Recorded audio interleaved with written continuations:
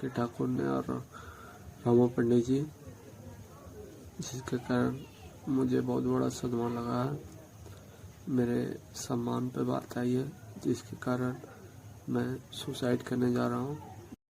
तब लेके गए धोरिया। देख सकते हैं कि ये उनकी एक छोटी बहन है। नमस्कार दोस्तों, मैं गौरव झा और आप देख रहे हैं अभी बिहार राइट न्यूज़।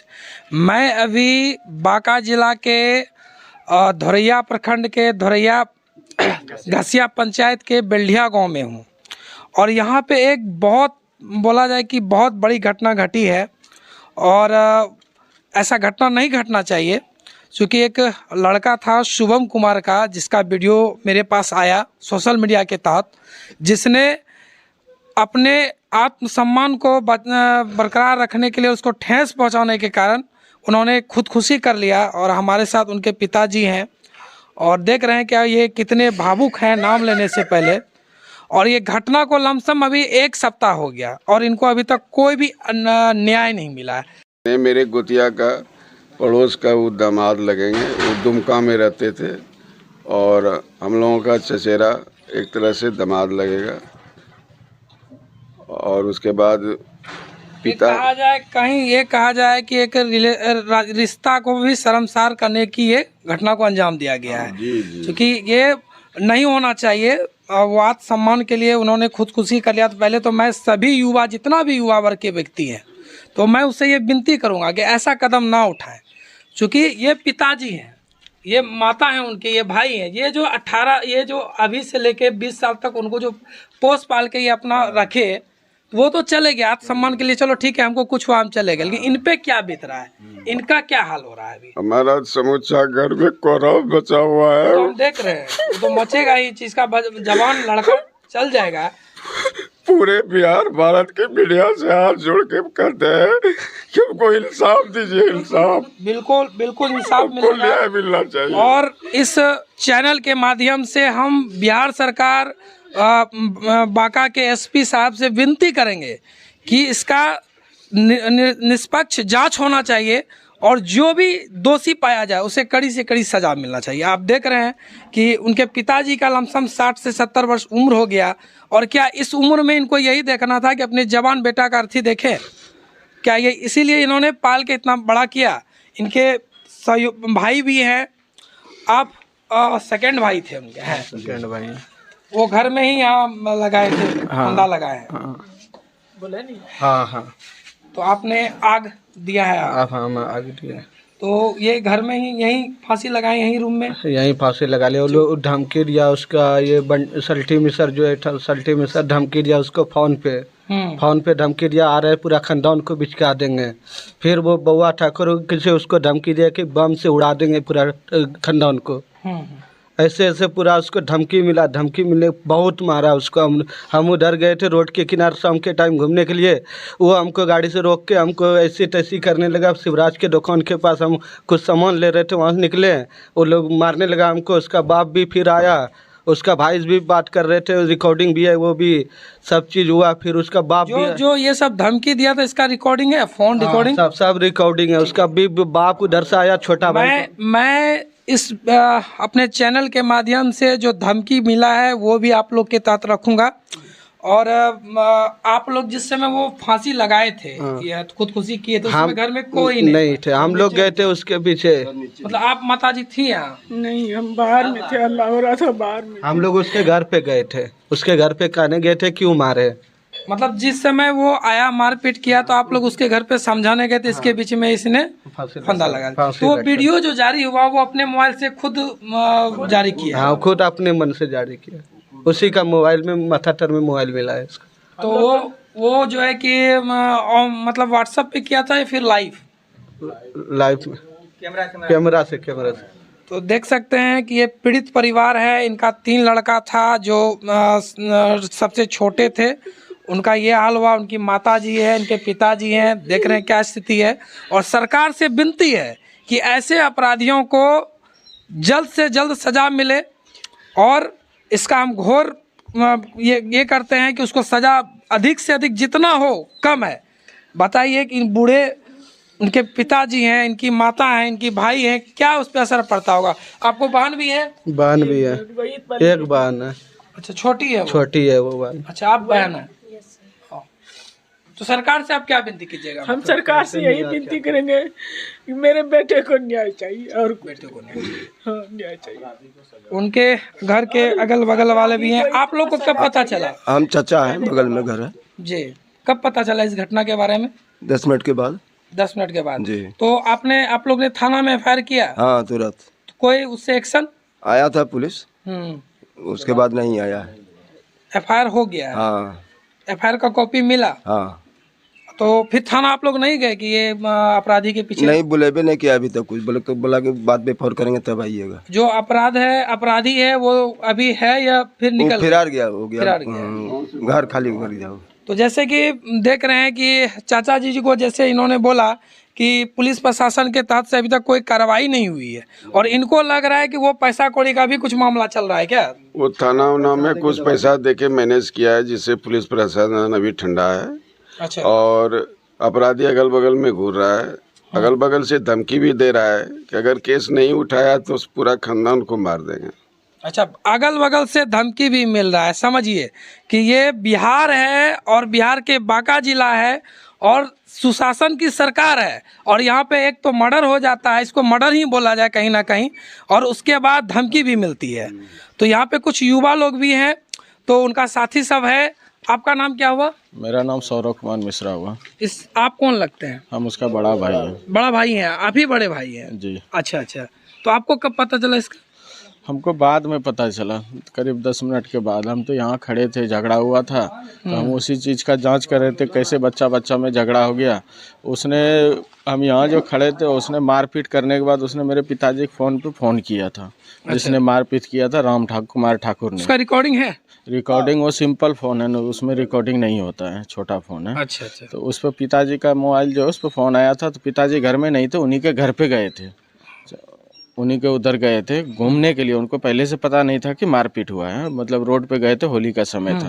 तो मम्मी भी मेरे मंदिर गई थी पूजा करने, शाम में डेली जाती है। तो हमको वाइफ फ़ोन करके बोला कि किसी का फ़ोन आ रहा है, देखिए ना पापा के मोबाइल पे। तो हम अंदर गए, फ़ोन उठाए तो बोला कौन भैया बोल रहे हैं? बोला नहीं, हम सौरभ कुमार बोल रहे हैं। तो बोला तुम्हारा भाई को हम मारे हैं भरदम, जो उखाड़ना है उखाड़ लेना। क्या कौन बोला था ये? राम कुमार ठाकुर। उसके पिताजी का नाम? सूर्य नारायण ठाकुर है। अच्छा। उसके बाद हम बोले क्यों, क्या है मारे? बोले बच्चा में हुआ था। तो बोले आप गार्जियन हो के मारे? बोले हाँ हमारे। बोले ठीक है, हम पापा आएगा उनको बता देंगे। हमको ये पता नहीं था उसके साथ कितना मारपीट किया। हमको लगा कि 1-2 लपड़ मारा। जहाँ तक है कि मारपीट तो किया, वो गलत किया, लेकिन हम सभी युवा से ये भी विनती करेंगे कि अगर किसी के साथ ऐसा घटना घट जाता है, आत्मसम्मान की बात है वो किए, लेकिन क्या एक यही रास्ता है कि आत्मसम्मान के लिए कर ये रास्ता नहीं है, लेकिन वो मजबूर हो गया। हाँ, मजबूर हो गया, कर लिया। ऐसा नहीं होना चाहिए। तो आप सरकार से क्या विनती? हम सरकार से यही विनती चाहते हैं कि मेरा भाई को न्याय मिलना चाहिए। जो दोषी है उसको कम से कम सजा मिलना चाहिए। कम से नहीं, जो उसका प्रावधान है उसका अधिक से उसको कष्ट फांसी चाहिए, सजा मिलना चाहिए। इसके लिए आपके साथ हम हैं और पूरा मीडिया आपके साथ है जी। और अगर आपको जल्द से जल्द अन्याय नहीं मिला तो हम लोग दोबारा फिर एसपी तक आवाज़ उठाएंगे इस चीज़ का, और कोशिश करेंगे कि जो अपराधी हो उसे कड़ी से कड़ी सजा मिले। मैं आत्मसम्मान को नुकसान हुआ जिसके कारण मैं सुसाइड करने जा रहा हूँ। मेरी भगवान से ठेस आया है, मैं जा रहा हूँ सुसाइड करने। तो आप लोग मुझे न्याय दिलाइएगा। धन्यवाद।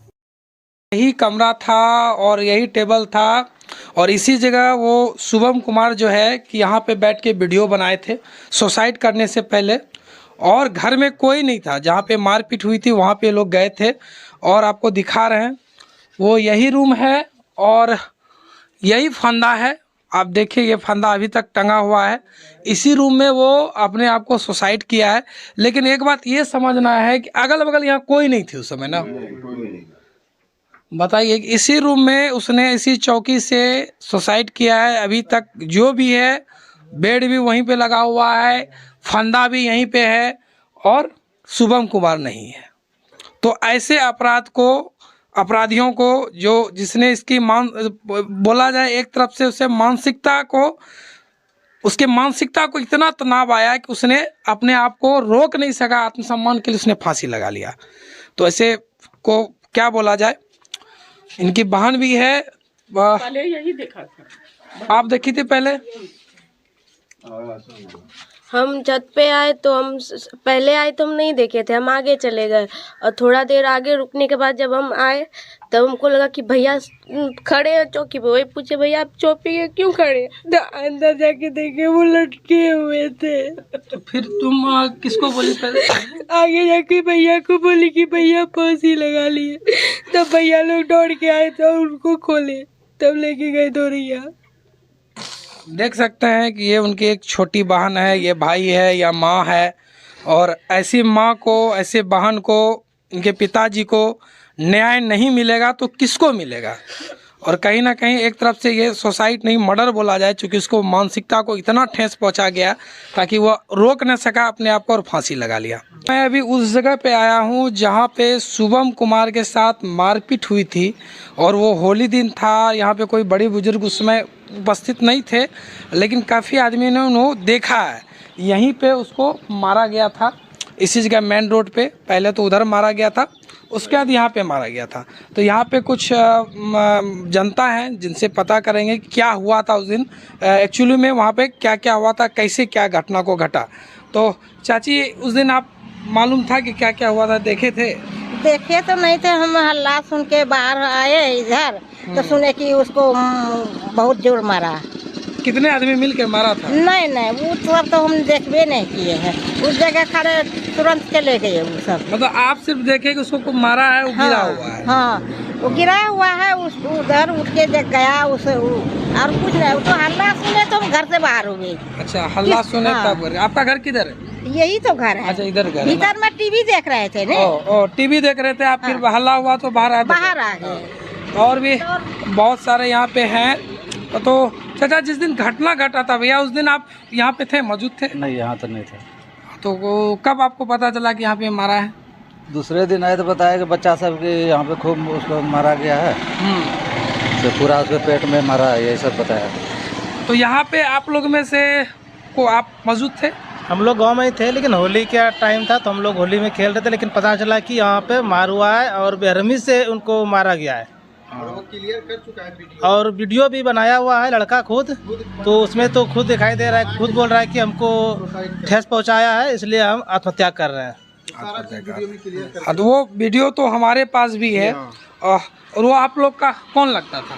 मेरा कोई नहीं था, लेकिन ये मालूम था कि वो बच्चा अपने से पढ़ाई करता था और कमाता भी था, पढ़ाई घर का सुख दुख समझता था। और हम लोग किसी का बेटा गांव में मर गया है, हम लोग पूरा मतलब गांव समाज दुखी है। मेरे गांव पूरा कलंकित हुआ है। आज तक हम लोग का होश में आज तक ऐसा घटना नहीं हुआ था। और जो माता पिता के साथ वो बीतता होगा, उस बेचारा बहुत मतलब, वो तो बात सही है कि जो माता पिता उसको उम्र पाल पोस करके 18 साल किया, हाँ। और वो आज खत्म हो गया। ये घोर जो भी किया, जो इसके साथ किया है वो घोर पाप किया है, बहुत बड़ा अन्याय किया है। ऐसा नहीं होना चाहिए किसी बेटा के साथ, किसी परिवार के साथ। इसमें किसका किसका हाथ है? हाथ जो भी हम लोग देखिए वहाँ थे नहीं वो, लेकिन वो रियल जो घटना था वो वीडियो बना के गया है। अच्छा, जो मारा है वो खुद नाम लेके वो गया अपना वीडियो बना के गया है और उसी के आधार पर FIR भी हुआ है। चलिए, वो खुद अपने मरते समय जो हकीकत है वो करके गया है, और बाकी बात हम लोग उस समय थे नहीं। महज शुभम कुमार के घर से यह लमसम 500 मीटर की दूरी पे होगा, और यहाँ पे उसके साथ मारपीट होती है। फिर वो घर जाता है, घर जाके एक वीडियो बनाता है, उसके आत्मसम्मान पे ठेस पहुँचा, उस चीज़ को वो बर्दाश्त नहीं कर पाया। उसके बाद उसने अपने आप को मौत के हवाले कर दिया, फांसी लगा दिया।